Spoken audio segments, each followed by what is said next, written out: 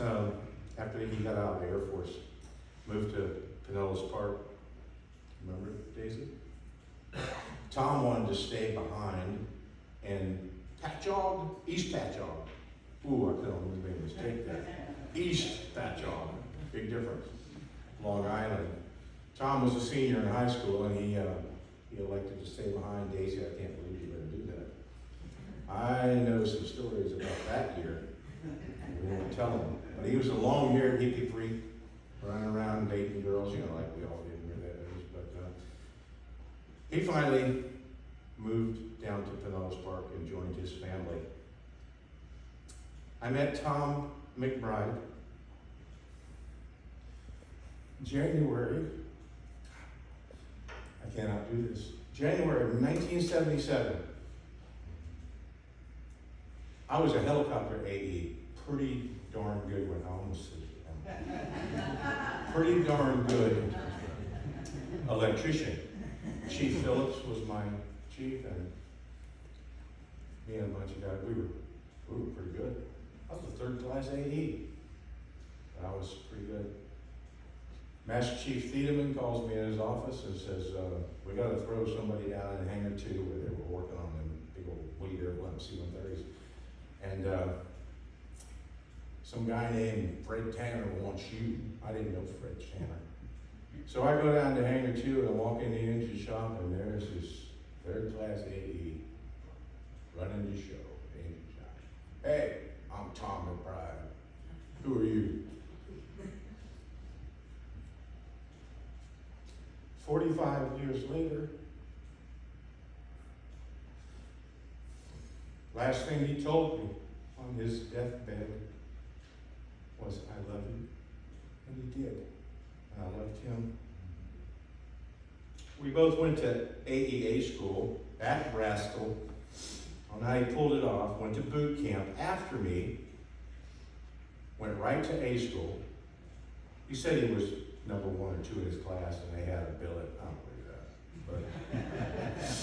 But he went to A school ahead of me, so he's, you know, he's a senior AE3 when I show up to him too. But we became more than friends. We're brothers. So for a couple of years there, I was a year older than him, and we never knew this, but we talked about it years later. We were running the streets of Clearwater Beach, doing everything that we could possibly to get in trouble. Pinellas Park is where my twin brother lives today, but we had a lot in common. He went to 500 Zack Street in Tampa, Florida. That's where he was recruited into my United States Coast Guard, and that's where I was recruited. So when we finally met, it didn't take very long to figure out we might be friends. But a lot of competition. I was a better AE than him. Anyway, Tom was fantastic. We both worked for Fred Tanner. Master Chief died a few years ago. Tough man. He made Tom McBRIDE and Ken Norris the electricians that we were. We thought we were good. Fred Tanner, he's in heaven. Anyway, one last story about Hangar 2, and then we're going to shift to Clearwater. The engine shop, inside of the hangar dome, is a flat-roofed building. The ladder on the east end, you could get up on top of that roof. We would store cowling and some things there, right, buddy?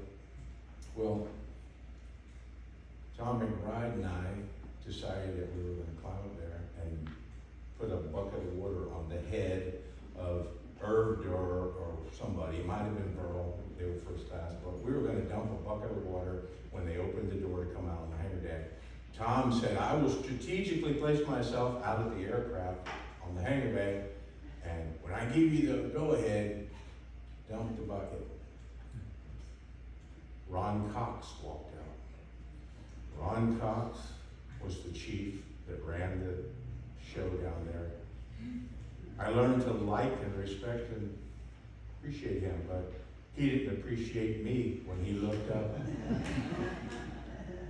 And I looked at Tom McBRIDE, and there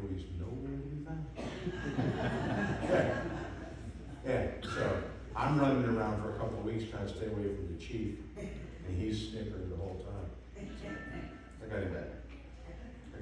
So let's shift to Clearwater. Coast Guard Air Station, Clearwater, Florida. Tom and I are now E5s. We're competing for E6, but every day we scratched each other's back. That's what you do. I'll tell you what I know, you tell me what you know. And we did make E6 eventually, but we're in Clearwater. Engineering officer was Admiral retired Kunkel. He was a commander at the time. Our AE boss was Bobby Fleener. The Bull AD was Charlie Caddy. And the Bull AM, Joe Belica. It was a great time to be in the Coast Guard. 1980, it's a different world. Second class electricians. So I went to the leading chief and I said, I think you should send me and Tom McBRIDE on ice patrol. He goes, get out of here. Because they always sent an AD and an AM and then a couple of, learned wannabes. I don't know if it was me, if it was Tom, or if it was both of us. And Burl agreed. They sent Tom McBRIDE and Ken Norris on the same aircraft to St. John, Newfoundland. It was wonderful because we did get to go to Grace Harbor and see his grandparents. We went around to Pooch Cove, had some fish and chips, a couple adult libations. Tom and I raised some cane on that 2-week trip. But you know what? We flew every time the pilots wanted to fly. Never missed a sortie. See, let me tell you something about electricians. And I got some ADs and AMs in this crowd, so I'm gonna be careful. AE did not stand for aviation electrician. AE stands for aviation everything. When I was in a 3rd class in Elizabeth City before we went to Clearwater, I could change a propeller. I wish Neil Provost was here. I hope you're recording this. Neil Provost is my witness. Tom and I could change a propeller. We could change an engine, a brake, a main landing gear tire. It didn't matter. Tom McBride was a better mechanic than I was, a better electrician than I was. But I told him often he wasn't as pretty as me. So we got along. So Kunkel agrees and we go to Newfoundland. Wow. Kodiak, almost 3.5 years, and I get orders to Kodiak, Alaska. Tom McBride, Kodiak, Alaska. Verl Johnson, Kodiak, Alaska. Buddy Lupton was there. Oh my God. That was 3 of the best years. I had made 1st class. We worked some night check, everybody. Kodiak was wonderful. But I got one more story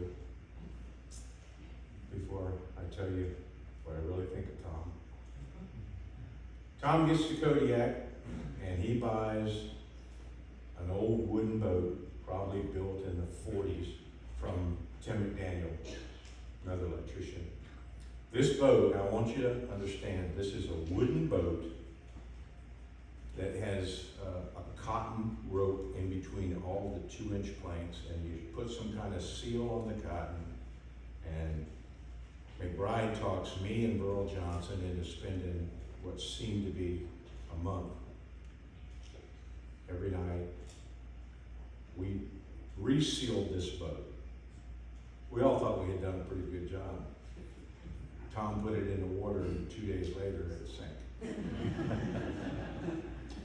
So Tom's idea was, instead of resealing it, we were going to install another bilge pump. So we got now 2 bilge pumps that would keep up with the water. Typical electrician. Only problem is those bilge pumps ran off the ship's battery, And when the battery goes dead, the bilge pumps quit running, so in the middle of the night, a couple of weeks later, it sank again. Now, it had a small block V8 engine in it. I think Tim McDaniel had put that in there, and a Volvo outdrive. So we pulled that engine out, the heads, several times when it was underwater. So that's twice the boat sank. May I walk down here? All right. When you're old, you have to walk slow. All right, here's the story. Every time we went out with that boat, it broke. You go fishing, you go hunting, it broke. So Tom's begging, he actually, come on guys. So me and Earl, we decided we're gonna go hunting for elk up on Raspberry Islands on the northern side of Kodiak. Good coasties that we were, we put in a float plan. We told our wives, we told the United States Coast Guard exactly where we're gonna be. We get about halfway around the northern tip of the island of Kodiak, the wind's blowing 60 knots out of the west. There's no way that we're gonna turn and go through the pass and get to Raspberry. So McBride says, we'll go back to whatever that bay was on the far, what's the Russian River? What's the river in the last bay? I'll think of it in a minute. So we're gonna go 100 miles from where we're supposed to be. And we get all the way there and we anchor the boat. Evening has come, we're eating something and we're sitting out there, the stars, God gave us the most beautiful sky. Stars, calm.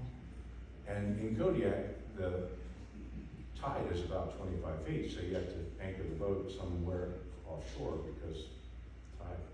So we had anchored significant. Well, Tom McBRIDE says, I'm tired, boys, and he climbs up the little cuddy cabin and he's going to take a nap.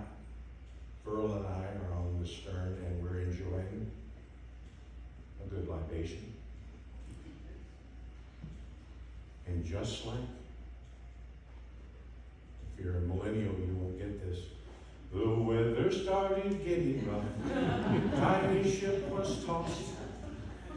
If not for the courage of the fearless crew, the minnow would be lost. In about 5 minutes, that anchor chain broke, and the wind was howling, and that entire boat was up on shore. Pete, I'm talking way up on shore, listing to port or starboard. We spent the night with this boat going boom. The next morning, it is pouring rain. Tom decides that he needs to get out and check out that Volvo outdrive, and it was dug into the sand. And if we certainly ever got the boat back into the water, then it would be a problem. So Tom gets soaking wet. I'm talking soaking wet. He climbs back in the boat, which wasn't very hard because the gunnel was only about a foot off the sand. The boat is good. Climbs back in the boat, and Burl says, well, if you got dry socks, you gotta know Burl Johnson. If you got dry socks, you'll be all right. Give me your socks. So Tom takes his socks off, he gives them to Burl. We had one Coleman lantern setting like this inside the boat, keeping us warm. It's 30 degrees. Wind is howling. Burl puts one of Tom's socks up on top of that Coleman lantern. And we didn't forget about it, but we kind of forgot about it. And I turn and look, and we got a Class A fire going. Yeah. Now this guy here gets really upset. You burnt my damn socks. I said, I got another pair of socks. So, I'll end this story with the United States Coast Guard had no idea where we were. Our wives didn't know where we were. So we got a FM radio, tubes. Tom decides, because the radio's not working, because nothing worked on that boat. Nothing. Tom decides he's going to take that radio apart. He's got it in 40 pieces all over the boat. We're in the middle of nowhere, and I'm looking at him going, oh my God.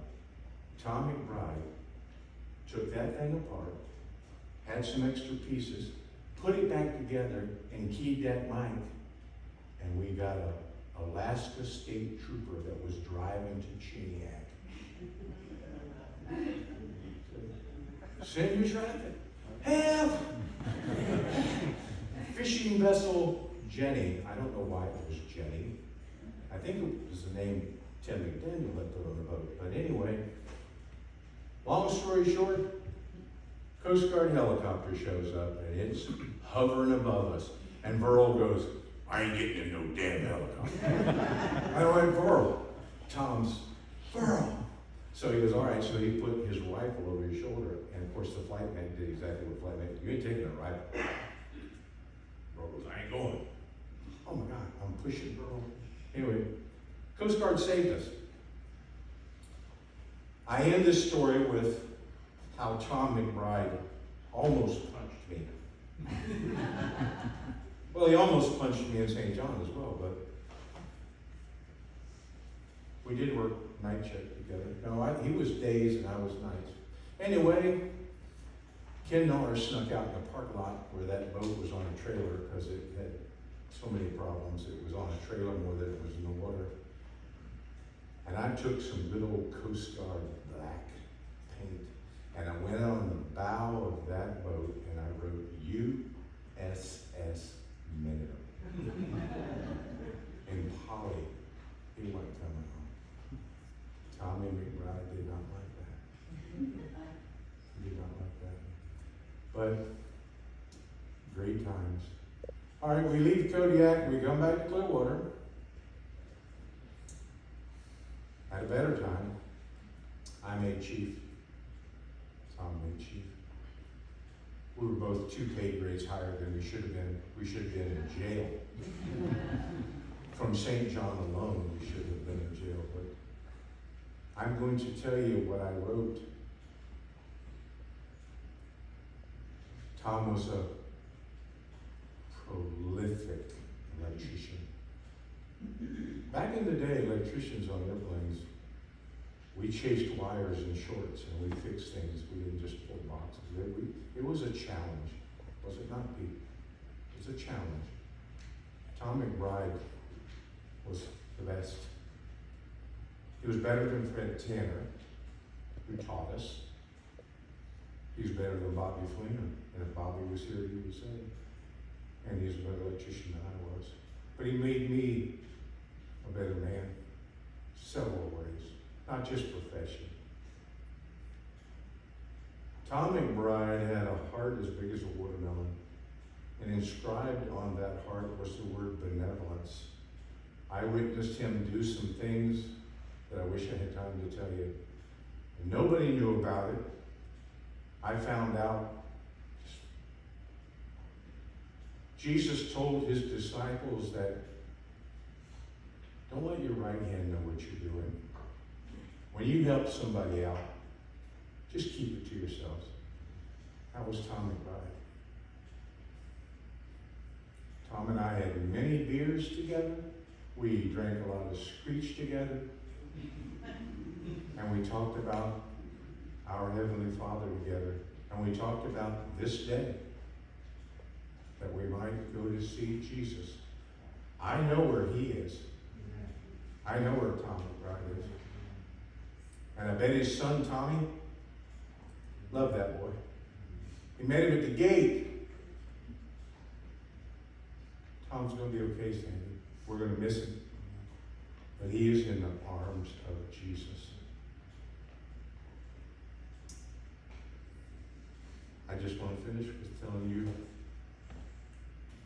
I've loved maybe a handful of men in my life. My father and my 2 brothers make up 3. I love Tom McBRIDE. He was a good